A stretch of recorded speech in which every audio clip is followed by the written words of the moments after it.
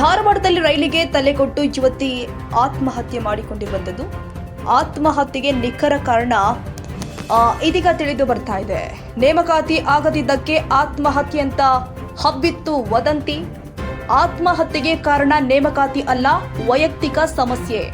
ಧಾರವಾಡದಲ್ಲಿ ರೈಲಿಗೆ ತಲೆ ಕೊಟ್ಟು ಯುವತಿ ಆತ್ಮಹತ್ಯೆ ಮಾಡಿಕೊಂಡ ಕೇಸ್ಗೆ ಇದೀಗ ಟ್ವಿಸ್ಟ್ ಸಿಕ್ಕಿದೆ. ಓರ್ವ ಯುವಕನನ್ನ ಲವ್ ಮಾಡ್ತಾ ಇದ್ದ ಮೃತ ಪಲ್ಲವಿ ಪ್ರೀತಿಸಿದವನ ಜೊತೆ ಮದುವೆಗೆ ನಿರಾಕರಿಸಿದಂತೆ ಪೋಷಕರು. ಹೀಗಾಗಿ ಪಲ್ಲವಿ ಮನೆಯಲ್ಲಿ ಪ್ರೀತಿಯ ವಿಷಯ ತಿಳಿಸಿದ್ದ ಪ್ರೇಮಿಗಳು. ಮನೆಯವರು ವಿರೋಧ ಮಾಡಿದ್ದಕ್ಕೆ ತೀವ್ರ ನೊಂದಿದ್ರಂತೆ ಪಲ್ಲವಿ. ಹೀಗಾಗಿ ರೈಲಿನ ಹಳಿಗೆ ಬಿದ್ದು ಆತ್ಮಹತ್ಯೆ ಮಾಡಿಕೊಂಡಿದ್ದಾರೆ. ಬೇರೊಬ್ಬನ ಯುವಕನ ಜೊತೆಗೆ ಮದುವೆಗೆ ಮುಂದಾಗಿದ್ದರಂತೆ ಪೋಷಕರು. ತನ್ನ ಲವರ್ಗೆ ಪತ್ರ ಬರೆದು ಆತ್ಮಹತ್ಯೆ ಮಾಡಿಕೊಂಡಿದ್ದಾರೆ ಪಲ್ಲವಿ. ಇದೇ ಕೇಸ್ಗೆ ಸಂಬಂಧಪಟ್ಟಂತೆ ಬೆಳಿಗ್ಗೆ ಸಾಕಷ್ಟು ವದಂತಿ ಹಬ್ಬಿತ್ತು. ಪಲ್ಲವಿ ತನ್ನ ಲವರ್ಗೆ ಬರೆದಿರುವ ಪತ್ರ ಇದೀಗ ಲಭ್ಯವಾಗಿದೆ, ನಮ್ಮ ವಾಹಿನಿಗೆ ಲಭ್ಯವಾಗ್ತಾ ಇದೆ. ನಮ್ಮವರು ನಿನ್ನೊಡನೆ ಬದುಕಲು ಅವಕಾಶ ಕೊಡಲಿಲ್ಲ, ಇದರಿಂದ ನನ್ನ ಮನಸ್ಸಿಗೆ ತುಂಬಾ ನೋವಾಗಿದೆ. ನನ್ನ ಸಾವಿಗೆ ನಾನೇ ಕಾರಣ ಎಂದು ಪಲ್ಲವಿ ಸೂಸೈಡ್ ನೋಟ್ ಬರೆದು ಆತ್ಮಹತ್ಯೆಗೆ ಶರಣಾಗಿದ್ದಾರೆ. ಓರ್ವ ಯುವಕನನ್ನ ಲವ್ ಮಾಡ್ತಾ ಇದ್ರು ಮೃತ ಪಲ್ಲವಿ. ಇವರ ಪ್ರೀತಿಗೆ ಮನೆಯವರು ವಿರೋಧವನ್ನ ವ್ಯಕ್ತಪಡಿಸಿದ್ರು.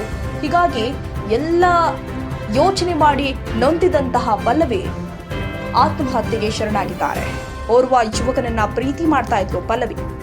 ಪ್ರೀತಿಸಿದವನ ಜೊತೆ ಮದುವೆಗೆ ನಿರಾಕರಿಸಿದ್ರಂತೆ ಪೋಷಕರು. ಇದೇ ವಿಚಾರಕ್ಕೆ ಸಂಬಂಧಪಟ್ಟ ಹಾಗೆ ಪ್ರೇಮಿಗಳು ಪಲ್ಲವಿ ಮನೆಯಲ್ಲಿ ಮಾತನಾಡಿದ್ರು. ಆದ್ರೆ ಮನೆಯವರು ಮಾತ್ರ ಇವರ ಪ್ರೀತಿಗೆ ವಿರೋಧ ಮಾಡಿದ್ರು. ಹೀಗಾಗಿ ಮನನೊಂದ ಯುವತಿ ಆತ್ಮಹತ್ಯೆಗೆ ಶರಣಾಗಿದ್ದಾರೆ. ಈಗ ಪಲ್ಲವಿ ಅಂತ ಈಕೆ ಬಳ್ಳಾರಿ ಮೂಲದ ಹೆಣ್ಮಗಳು. ಆಕೆ ತಂದೆ ಫಾರ್ಮರ್ ಇದ್ದಾರೆ. ಈ ಧಾರವಾಡದಲ್ಲಿ ಕಳೆದ ಮೊನ್ನೆ ಸೆಪ್ಟೆಂಬರಿಂದ ಇಲ್ಲಿ ಒಂದು ಮನೆಯಲ್ಲಿ 5 ಜನ ಹುಡುಗಿಯರ ಜೊತೆ ಸ್ಪರ್ಧಾತ್ಮಕ ಪರೀಕ್ಷೆಗಳಿಗೆ ತಯಾರಿಯನ್ನು ಮಾಡ್ತಾಯಿದ್ಲು.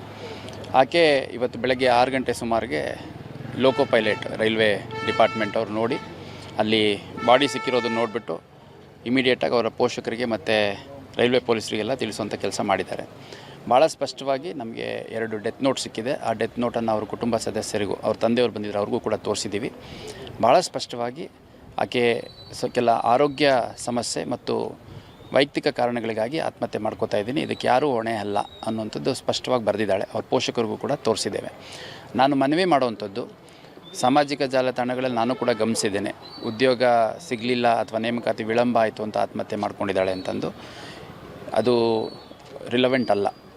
ಆಕೆ ಭಾಳ ಸ್ಪಷ್ಟವಾಗಿ ಆರೋಗ್ಯ ಸಮಸ್ಯೆ ಮತ್ತು ವೈಯಕ್ತಿಕ ಕಾರಣಗಳು, ಅವರ ಪೋಷಕರ ಜೊತೆ ಮಾತಾಡಿದಂಥ